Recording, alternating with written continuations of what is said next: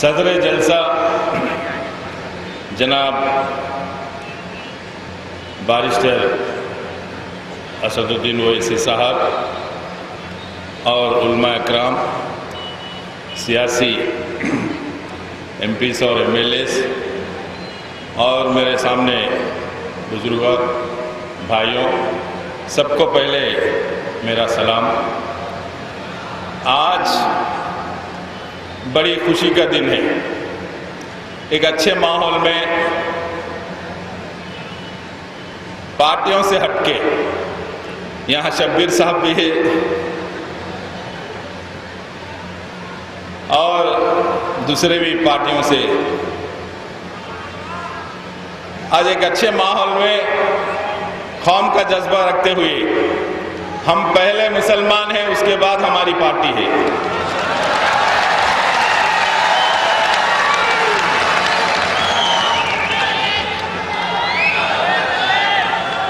तो आज आजादी के बाद हिंदुस्तान में मुसलमान कांग्रेस को साथ देते हुए आया। ये उम्मीद के साथ कांग्रेस आजादी के 62 साल में 50 साल हुकूमत में हिंदुस्तान में पूरी हुकूमत करने वाली पार्टी कांग्रेस पार्टी, तो बहुत उम्मीद के साथ उनको वोट बैंक बनते गया। तो आखिर में खाली सिर्फ करेह पाक का मसला हो गया। करेह पाक जो है जरूरत पे डालते, खाने के टाइम पे निकाल के बाजू में रख देते, तो ऐसा मुसलमान का हालत हुआ। मुसलमान भी समझ गया। आज मैं सियासी तकरीर नहीं है, दिल की बात बोल रहा हूं। शब्बीर भाई भी जो है ना समझते हैं उस चीज को, लेकिन आज मैं भी हमारे पार्टी से उभर के एक सच्चे मुसलमान के हैसियत से आपके सामने खड़ा हूं। वो भी मेरे सामने बैठे, वो भी अल्फाज बोलना है।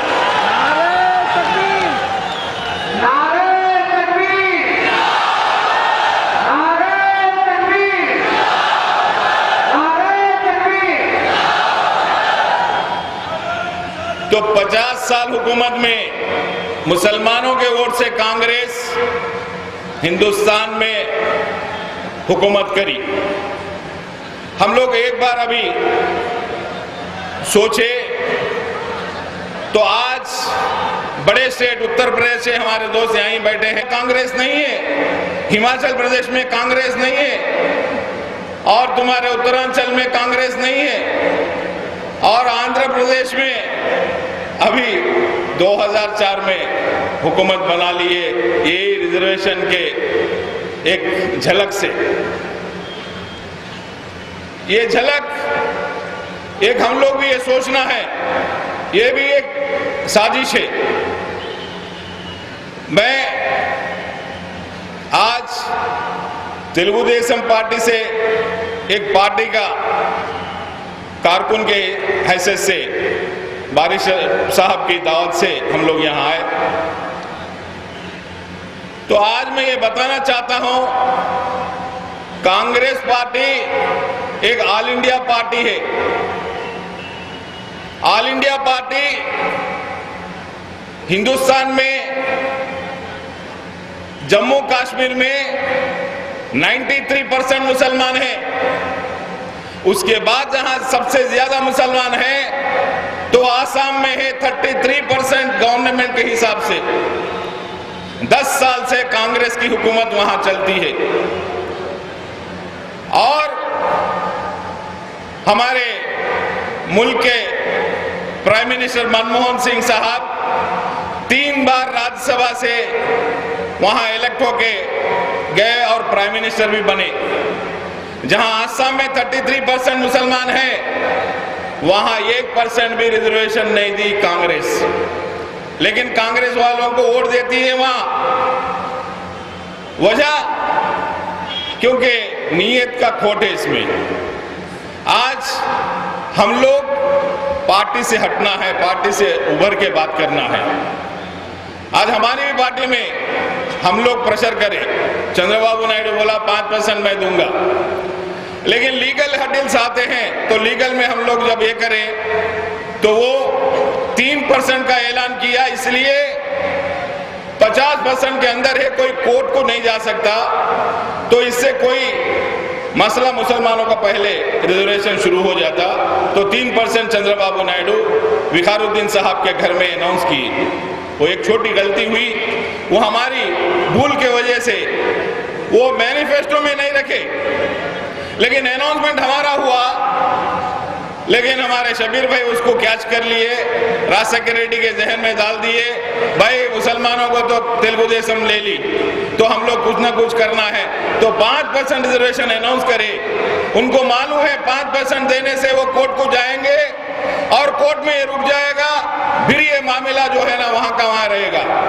3 बार हाई कोर्ट इनको बोलना पड़ा, ये गलत है, तुम 4% में आओ, 50% के इसमें। जब 4% को ये 5 से 4 में आ गए, क्योंकि इनके भी एक मजबूरी थी, क्योंकि वहां मुसलमानों का वोट भी लेना था। आंध्र प्रदेश में मेयर का इलेक्शन आया तो 5% अनाउंस करके फिर वोट ले लिए। तो आज यहां हर एक पार्टी वोट का मसला, तवा गरम है, रोटी सेक लेने के काम में सभी लगे हैं, हर एक पार्टी वही चक्कर में है। तो आज एक अच्छा सुनहरा मौका जो है ना मिला है। बारिशर असदुद्दीन ओवैसी साहब पार्लियामेंट में, मैं देखता हूं, मुझे बड़ी खुशी होती है, क्योंकि इनके वालिद साहब के साथ में 91 से 96 तक मरहूम ओवैसी साहब के साथ में पार्लियामेंट में था। आप सबको मालूम है, मैं 91 में गुंटूर लोकसभा से, जहां हिंदू इलाके से एक मुसलमान जीत के आता है, तो आप समझना है कि हम लोग वहां की हालात से। लेकिन मैं आज ये बात फिर एक बार, क्योंकि हमारे बारिस्टर साहब भी यहां बैठे हैं, अकबरुद्दीन साहब भी बैठे हैं, मेरा जाति इनसे कोई भी लेना देना नहीं है, कोई भी, खाली सिर्फ हमारा मजहब का ये है, हमारे एक पार्टी है मजलिस इत्तेहादुल मुसलमीन, ये पार्टी आगे जाना है। क्योंकि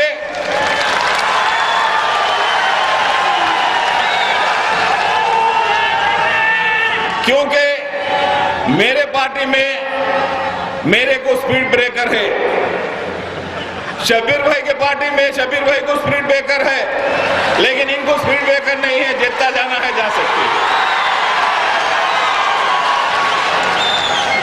तो हम लोग की मजबूरी है, हमारा स्पीड ब्रेकर थोड़ा हम लोग को रोकते रहता, हम लोग को जज्बा भी है, लेकिन हम लोग थोड़ा बताने में भी पीछे हटते रहते। लेकिन इनको वो अकबरुद्दीन साहब को आप असेंबली में देखते रहते, कोई स्पीड ब्रेकर नहीं है, जितना बोलने देना बोलते ही रहते।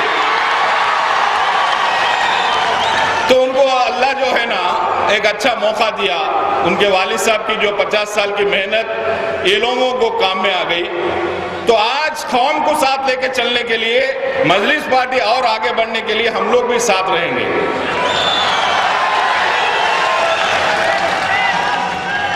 आज ये रिजर्वेशन का मसला सोचना है, एक बहुत बड़ा मुसलमानों को एक तरीके से मजबूर करते हैं।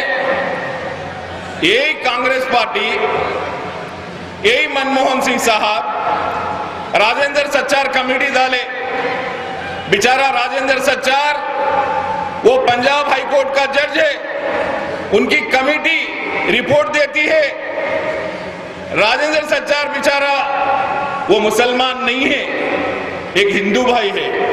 वो बोलता है भाई हिंदुस्तान के मुसलमान आजादी के बाद से देखते हैं उनकी जो वक्फ के प्रॉपर्टीज है, ये वक्फ के प्रॉपर्टी 6 लाख प्रॉपर्टी यदि उनको लौटा देते हुकूमत को, वो लोग फाइनेंस करने की हालत में आ जाते, उन मुसलमानों को देने की कोई जरूरत नहीं है।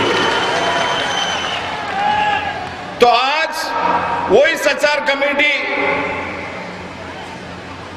रिपोर्ट दी, वो भी वैसा रखे हैं, कोल्ड स्टोरेज में है।